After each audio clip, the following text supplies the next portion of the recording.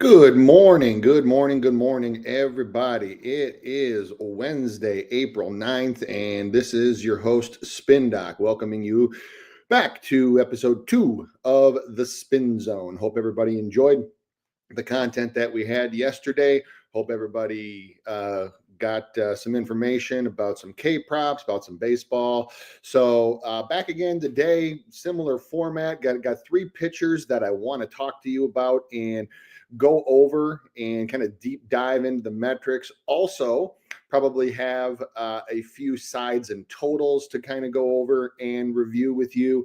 And also, as always, if anybody in the chat has any other pitchers that they would like to talk about, please feel free to just put them in there.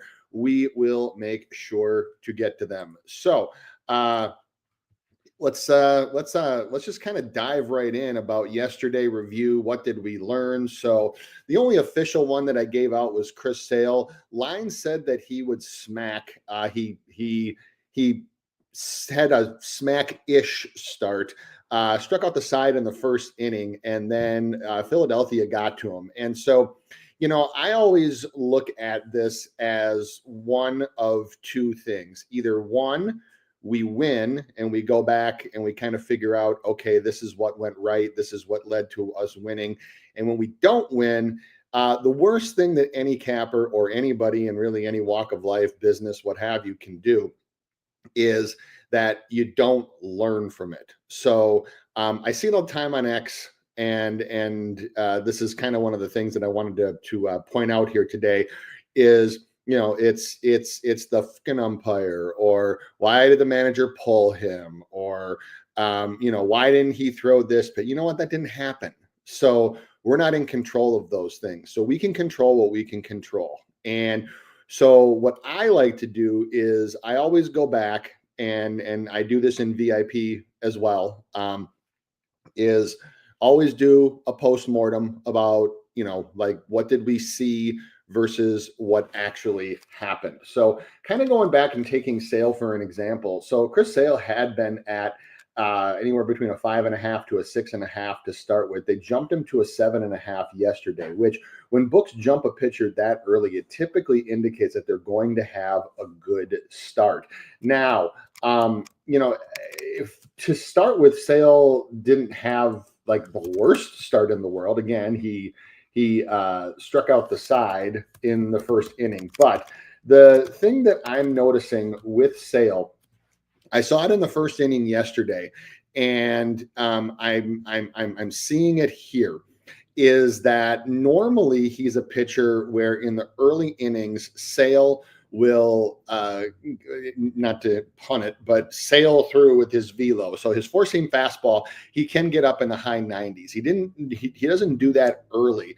He kind of saves some gas in the tank for later. Will even lead with his slider and then turn up the gas late. Now, in his few starts this year, that hasn't really been happening, the whole turn up the gas part. In fact, the spin on his four seam fastball is down 2240 last year versus 2193. 2193 is a little bit above under MLB average. And the velo, which averaged 94.9 miles per hour last year, now averages 93.2. So I go back and I look at yesterday's game against the Phillies. And if you do study these, or if you wanted to ever look at what this information was, etc., MLB Savant has all of this. You kind of got to dig to find it, but it does have it. So Sale's four-seam fastball averaged 93.2. That's a 0.5 miles an hour under what he came in averaging, which was slower to begin with. Now, he did have one that he got up to 97, but the velo turnup in the later innings was spotty. And that's the thing that I noticed that was maybe a little concerning for me with Sale, is that because what I'm used to with Sale, especially when they jump his line, is that he will have that 93 to 94.5, maybe 95 early in the game. And then in the last few innings, because he saved something in the tank, usually because his slider is so effective, he'll turn up the velo. And it works because when you're an MLB hitter and you've timed it when you're getting a fastball, just mentally at 93, 94, and all of a sudden you start seeing 95.5 to 96.5, et cetera, et cetera. That throws off your timing.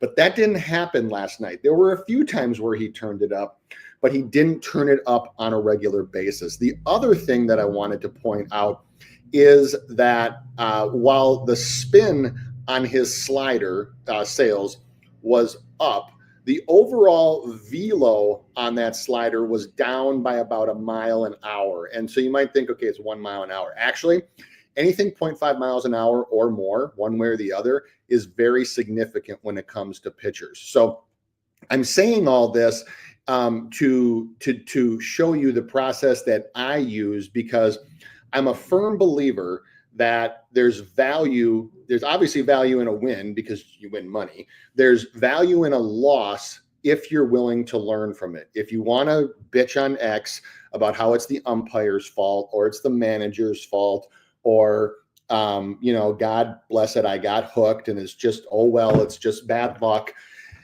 you're probably not going to be a consistent winner. And so what I do is I like going back and I like diving in to say, okay, were there things that happened or didn't happen? One that we didn't talk about yesterday, and then we'll move on to today, that I know a lot of people were on, and shout out to my boy Sharpie. Obviously I'm on his show. He and I talk K-props every day. The only person, the only capper in the world basically that I talk in detail on K-props with. If you're watching this and you follow me only and you don't follow at Sharpie's Bets, you need to follow Sharpie's Bets right now, because my man knows his shit. So anyways, the one thing that he noticed, and then I went back and kind of looked into it, was with Freddie Peralta, because Freddie Peralta was a pretty public play yesterday. I didn't talk about it on the show. It looked off to me. It just didn't look right, because the reason why it didn't look right was because they had Freddie Peralta at a very, very, very bettable 6.5 against the Rockies. You don't have to be a wizard at this to know that the Rockies swing metrics are just god awful. We'll go to the swing chart in a second because I updated it through yesterday. But the Rockies are 28th overall in all the swing metrics that I show. They have deep red across the board pretty much. And you think Freddie Peralta, who's a strikeout pitcher going out there, would be good, right? So the 6.5 looked a little fishy to me. In the end, I just laid off and decided to take the free lesson. It's another thing that Sharpie always says, is that lessons don't cost you money. So watching one start and watching for free does not cost you anything. So I watched, and Sharpie figured it out. And then I looked a couple things up, and we were texting, kind of playing detective back and forth. What happened is that Peralta, and if you were on him, I just letting you know, this is what happened. Peralta has scrapped his slider this year. So last year he was pretty much exclusively four-seam fastball, changeup, slider. And this year he has been throwing his curve a lot more. So 7.1% last year, 13.6% this year. And the problem has become is that he was throwing his curve a lot more, but he was throwing it at altitude. The next time that we have an ace pitcher in Colorado, I'll have kind of like a little science experiment that I did a few years ago that explains why people talk about the air in Colorado. Why does the ball fly further? Why do pitches not break as much?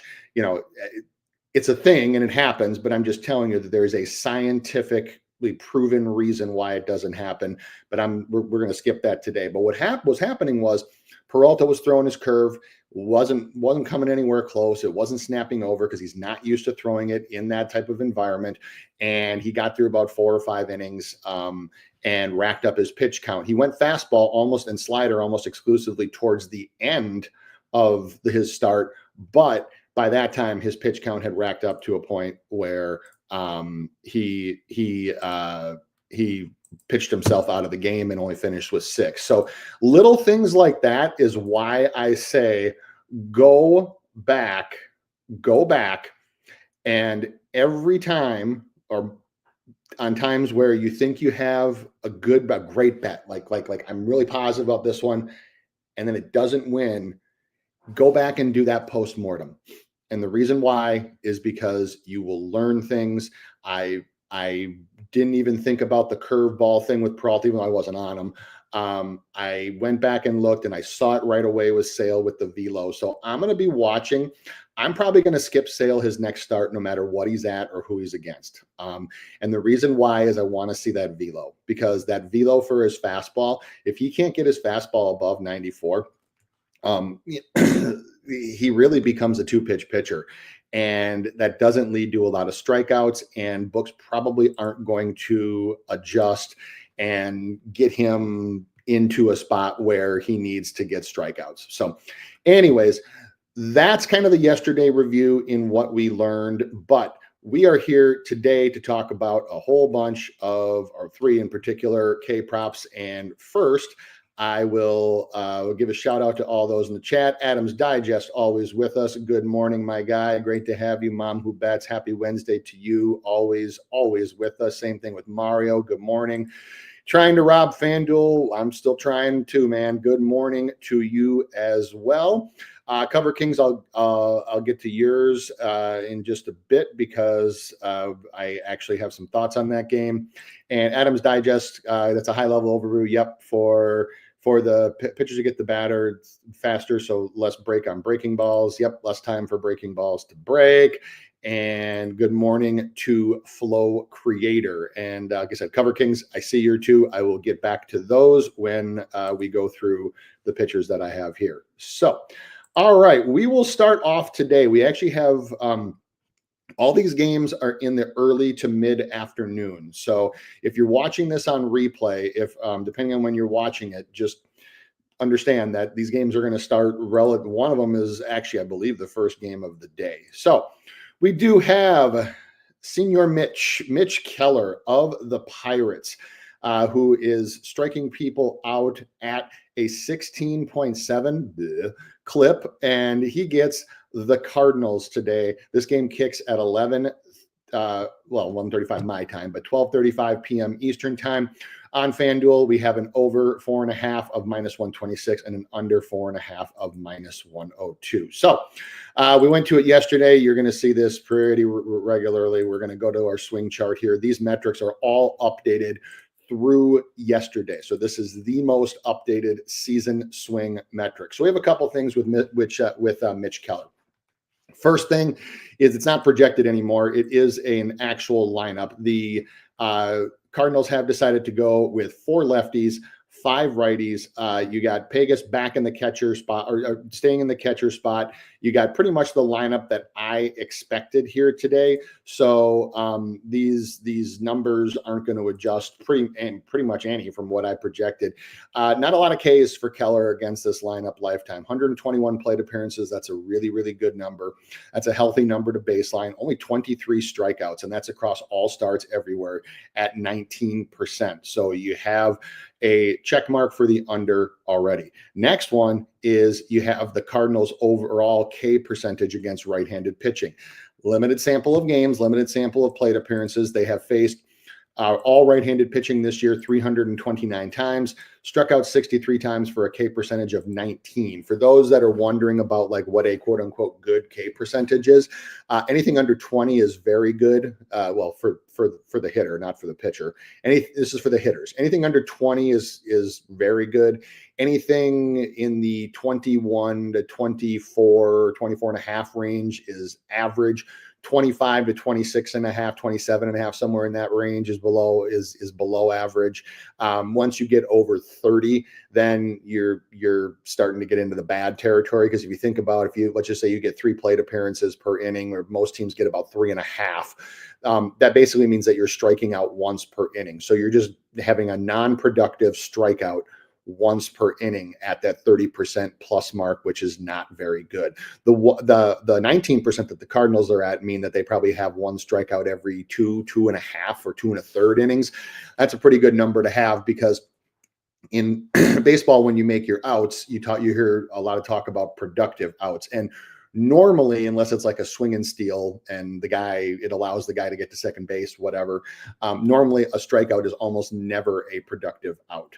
So if you're having one unproductive out per inning. It usually doesn't bode very well for you. So, so far this year, Keller in the zone 53% of the time, which is above league average, and his contact metrics are in line with his K percentage, 86.2 and 63.2. You see that here.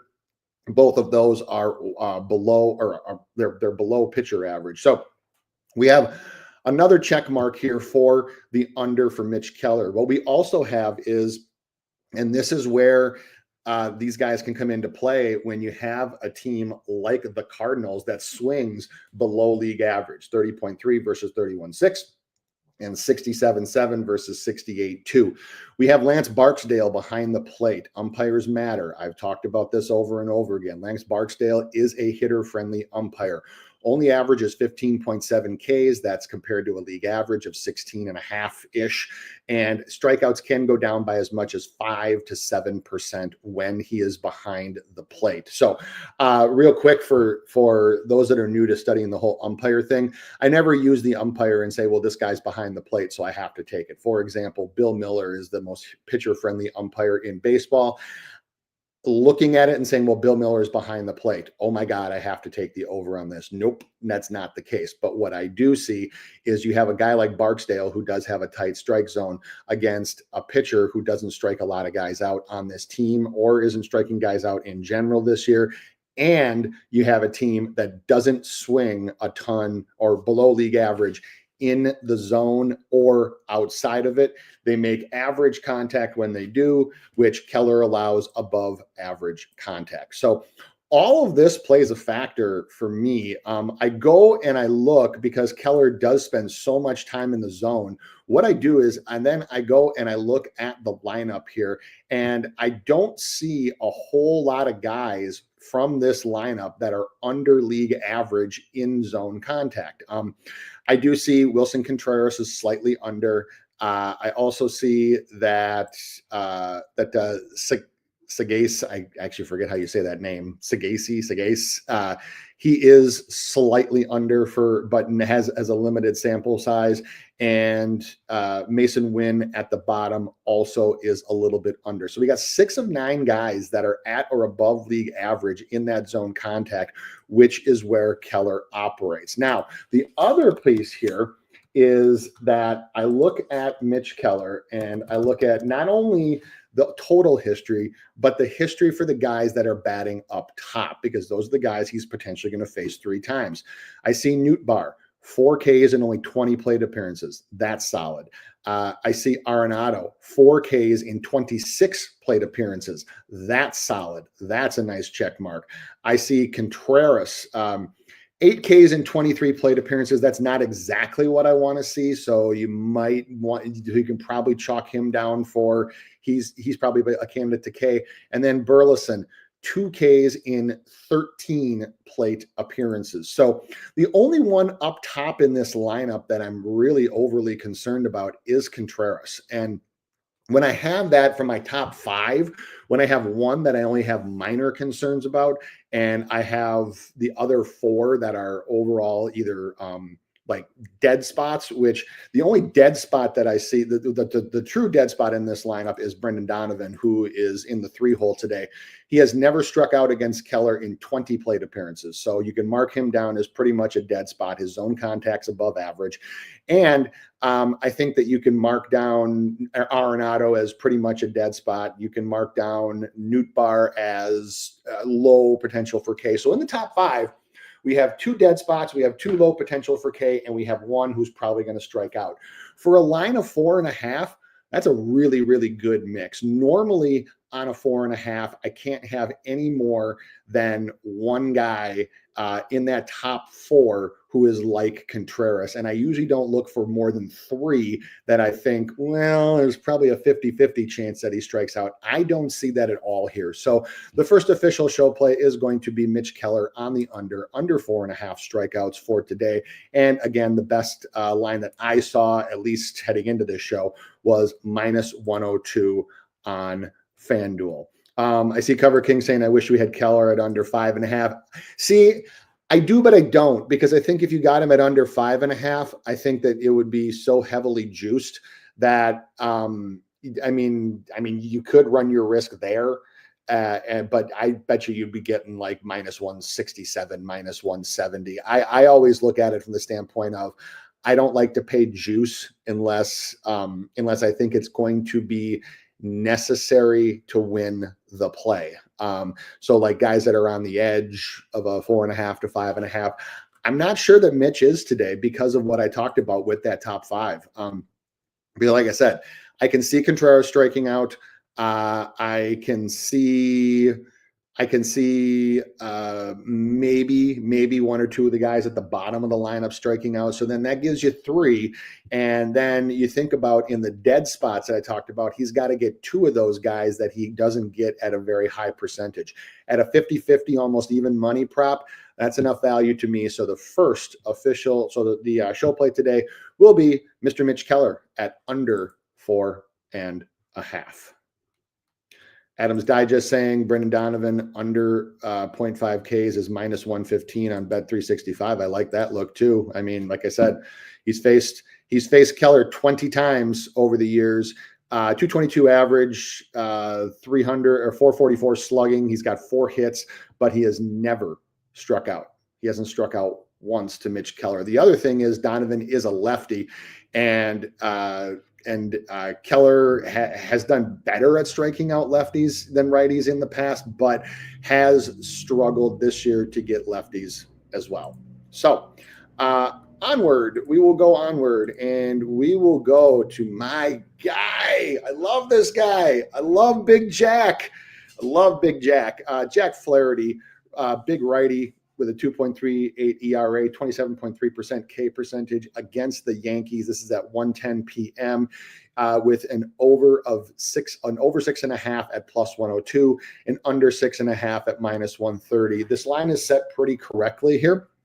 So there might be a different way to play Flaherty for the purposes of just for your own purposes. I think it's right because I think if they put a 5.5 on Flaherty, the books would be very, very overweight on the over. If you put a 7.5, it would be the opposite. So I think that juicing the 6.5 is probably the right move. And a lot of it is going to depend on the Yankees lineup here, because right now for the Yankees, they do have 6 lefties and 3 righties projected. The only righties that are projected for this one are Goldie, Judge, and Volpe. And those are the ones that they usually walk out against against a big power right-hander like Flaherty. So Flaherty so far for the year with a 27.3% strikeout percentage and striking out lefties at 26.1, righties at 28.6. Now, the big thing for Flaherty, and this is where you have to judge, is it enough to influence your decision significantly? Flaherty has a 40.5% K percentage against this Yankees lineup. That is gaudy. That's immensely gaudy. That's like Jacob deGrom in his prime, like pre-injury gaudy.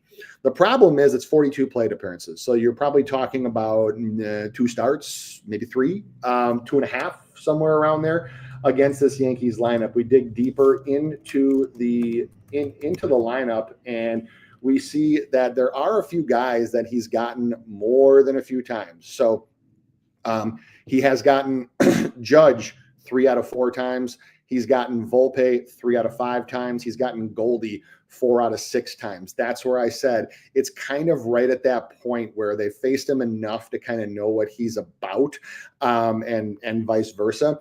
But it's not enough where, like we talk about Brendan Donovan having like 0 strikeouts in 20 plate appearances against Mitch Keller. It's not quite enough where I can look at it and say like, oh my God, I want to just take this and run with it. And because if these numbers had been like doubled or close to tripled, and he still had close to that K percentage, first of all, the line probably wouldn't be this close to a bettable 6.5 anyway. You'd probably have heavy juice on the over. But I would suspect that there would be a lot more deference given to the over for this one. The rest of the lineup, though, like the lineup, which actually is now confirmed. I just saw that it was confirmed, so I believe it is the lineup that they were talking about that was projected. Is Dominguez in? Yes, he is. So it's basically the projected lineup. Belly is back in. he must have recovered from his wings epidemic there.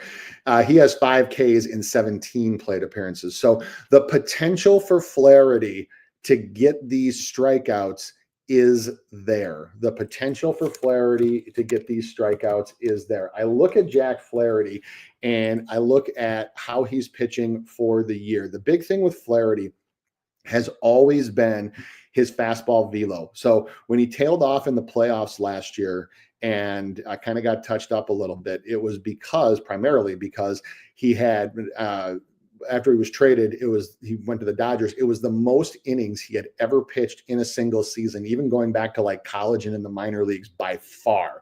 So his arm was looking a little tired. So I always look for his fastball velo because Flaherty doesn't have an overpowering fastball. It only averages about 93. He can run it up to 95 or so. That's not how he gets guys to strike out. He gets foul balls because of his nice placement and because of his spin on his four-seamer, which then set up his 2 breaking wipe away pitches, which are the slider and the knuckle curve. The slider is thrown to both sides, knuckle curve primarily thrown to lefties. And I look at his velo, and his velo is down this year. So 93.3 last year, 92.7 this year. I get a little worried when I see Flaherty's velo down because that 92.7 was what he had averaged in the playoffs last year when he kind of fell off. Now, the good news here is that overall the velo on his the velo on his knuckle curve is right where it was last year.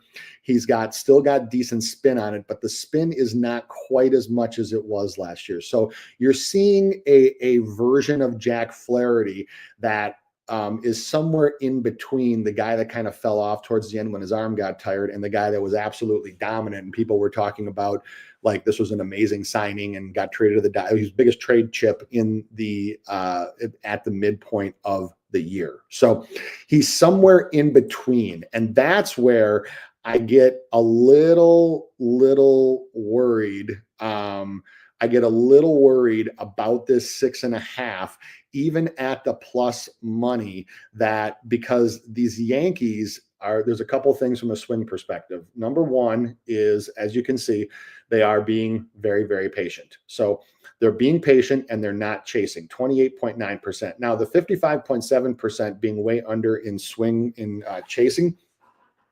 My problem with that is that because they chase so little, they're chasing outside the zone usually on pitchers count. So they're already at a disadvantage. So these Yankees will be patient.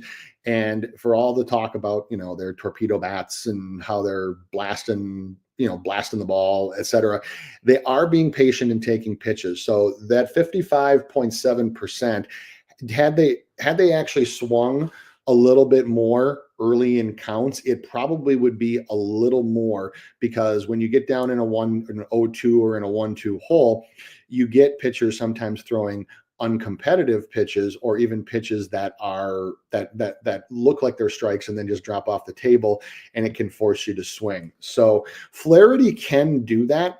The problem is that when you don't have the extra mile or mile and a half on your fastball, it's tough to get those early strikes. The other thing with the Yankees is that they're also being overall patient here, but they're making contact in the zone under league average. You look at Flaherty, and he is allowing 81.7%, which is right around, which is under league average. Same thing with his chase contact. So I look at all of these things, and the only thing that really, really worries me is the spin on some of his wipeout pitches is down. The velo on his fastball, he hasn't really been able to get it up to that 95, 96 on a consistent basis.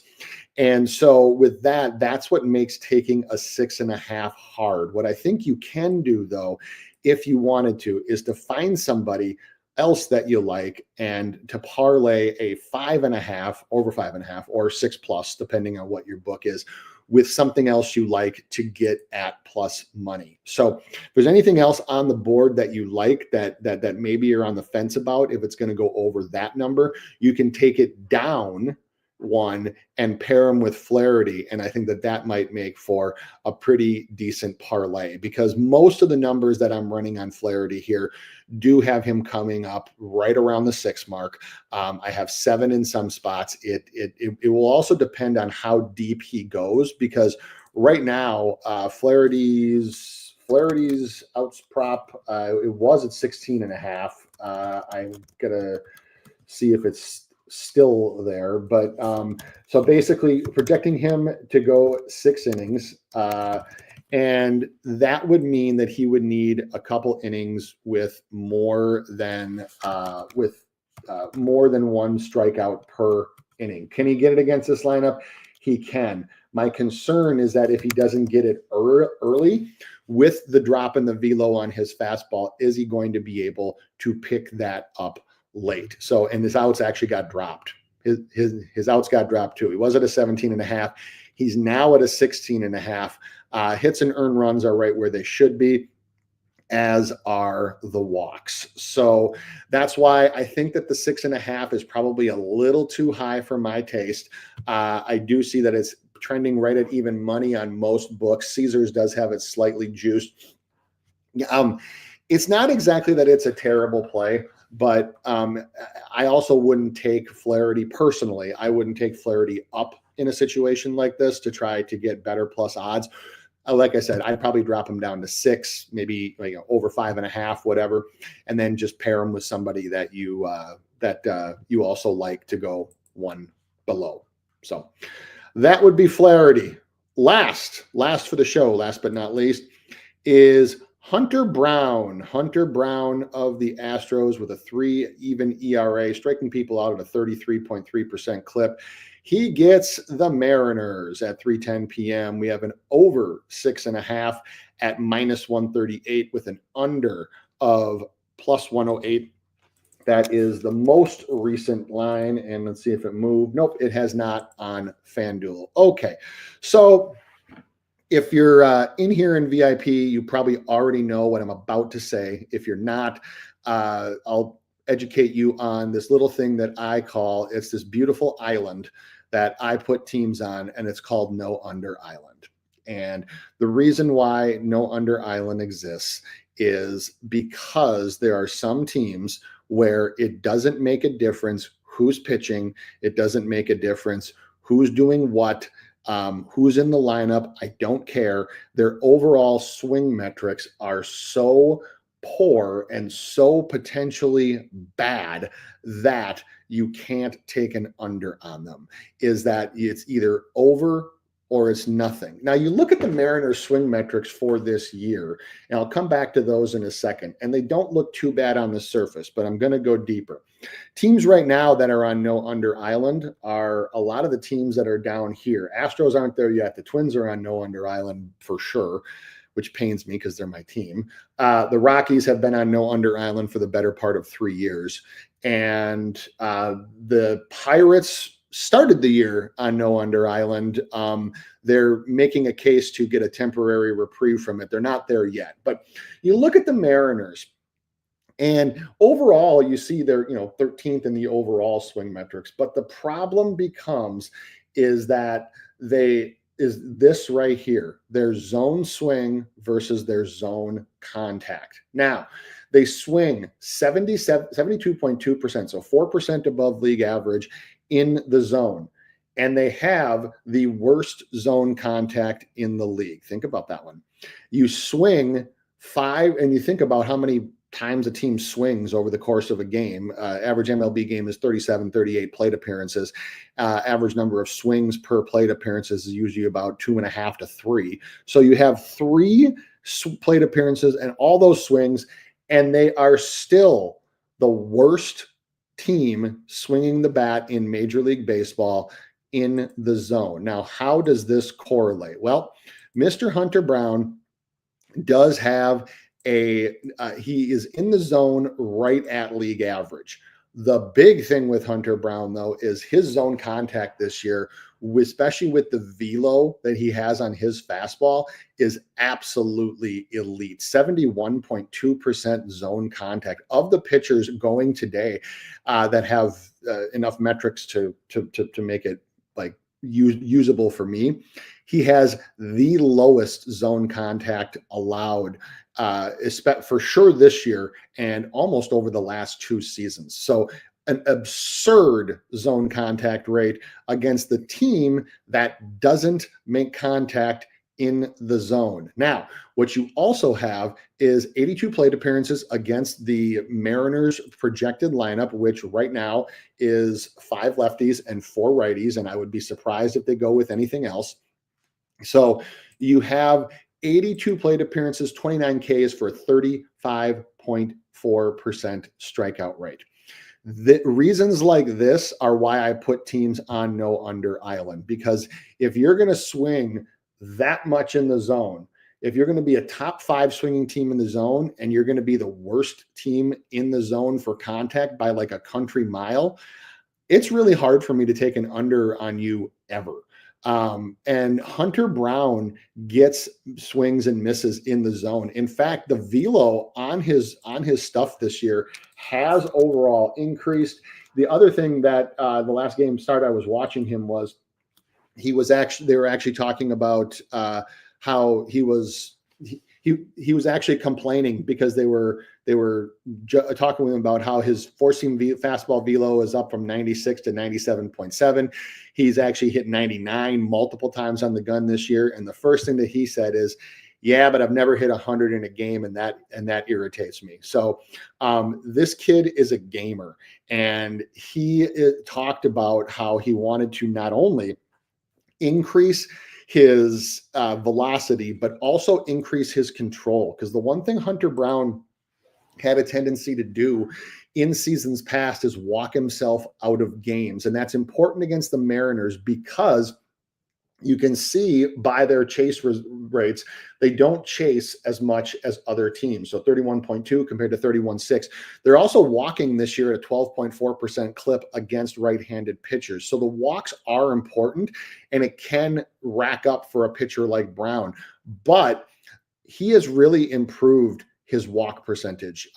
He was closer to 10 each of the last few seasons at 6.7% so far this year. Again, limited sample size, but even in spring training, walks were down as well. So there's a lot of evidence here where if we get the lineup that I'm thinking that the Mariners are going to run, because I look at that and then you look at who's going to be in the lineup and what their zone contact rate is. And you just see a whole bunch of guys that have a whole bunch of low zone contact. So Rosarina is below average. You have Crawford's below average. You have Raleigh is below average. You have Raley is way below average. Luke Raley's zone contact this year is 58.7% in 128 pitches. That is just god awful. That's actually the bottom third of all hitters in baseball. Rodriguez, who's projected to lead off, is at 66.2. And obviously you can see the average for inside the zone contact right here. So tons of guys that are under league average in zone contact. So if Hunter Brown is going to stay in the zone and try to get these guys with fastballs and sinkers, or two-seamers is what it probably more is that he has the potential for a ton of strikeouts. So I haven't decided yet on this one, but I think that if you're looking at lineups and you see that the Mariners lineup is anything close to what it's projected, you can take a hard look at the over here for Hunter Brown. These Mariners just are whiffing like crazy in the zone, and there's only in their projected lineup, I think there's only one, maybe two guys that are even at league average when it comes to making contact in that zone, and almost all of them are swinging above. So last one, not official because I don't exactly know the lineup yet, but take a hard look at Hunter Brown at the over 6.5. If you want, you can probably even take a small shot on it right now. My guess is that the juice on this one for the over 6.5 is probably not going to get better. It's probably going to get worse. In fact, BetMGM, Caesars, and DraftKings right now are hanging a 7.5. So 6.5 is probably the over 6.5 is the only way I can look. All right. Other pitchers and looks. I know that Cover Kings had a couple. So Cover Kings saying a half unit on Ryan Pepio, over 6.5 at plus 110. He is at home. Does have a pretty dominating fastball, which there are a few hitters in that Angels lineup that can struggle with that. Angels pretty average when it comes to swing metrics. What I'm going to look at for that one is I'm going to look at what the overall whiff percentage is to the four seam fastball, because Pepio can crank that thing up, but I don't mind the look at all. Might take a stab on Shota Imanaga under 5.5 Ks. Yeah, the Rangers are making a ton of contact. They have been very, very good from a contact perspective so far. They do swing a lot outside of the zone, but they make contact pretty well. The only thing that I was looking at for that one is, and I admittedly haven't checked the radar yet. There's a lot of rain in the forecast. It's potential. It's not like guaranteed, but there is rain in the forecast there. And let me see. Yeah. And then I think that would do it. Yep. All right. I think that'll do it for today. Got the three looks out for you. Hope you enjoyed. And if any other looks or whatever, please feel free to send me a DM. Let me know. Be happy to share what info that I can get from you. But just remember, if you are going to play Flaherty in some fashion, if you're going to play Keller, you got to get it in soon, because these games start relatively quick. So let's see, Mario saying, I'm an Astros fan. I love Hunter props today. Our bullpen is taxed right now. I think he goes 6. I like that look.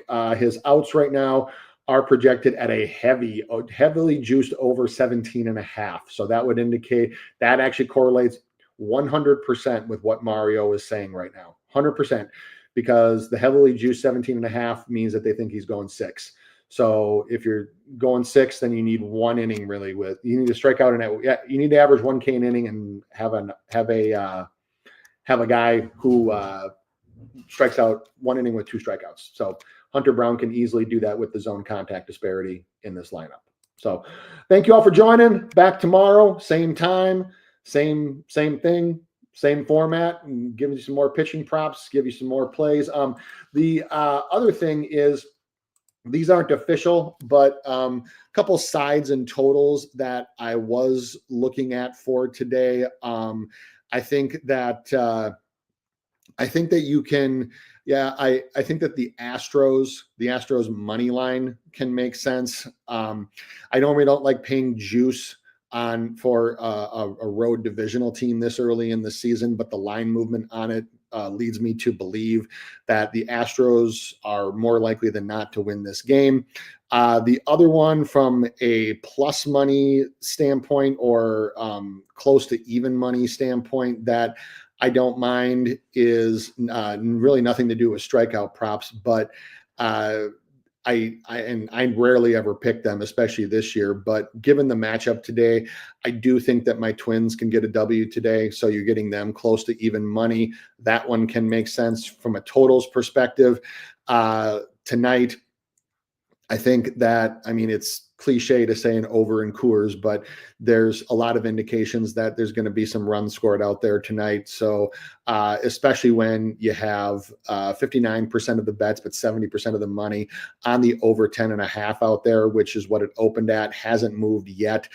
Given the pitchers that are going to be going tonight, I think that you can see a lot of runs. I think that the over 10.5, the first 5 over also can make a lot of sense. And then the only other one that I was just looking at from a totals perspective was Marlins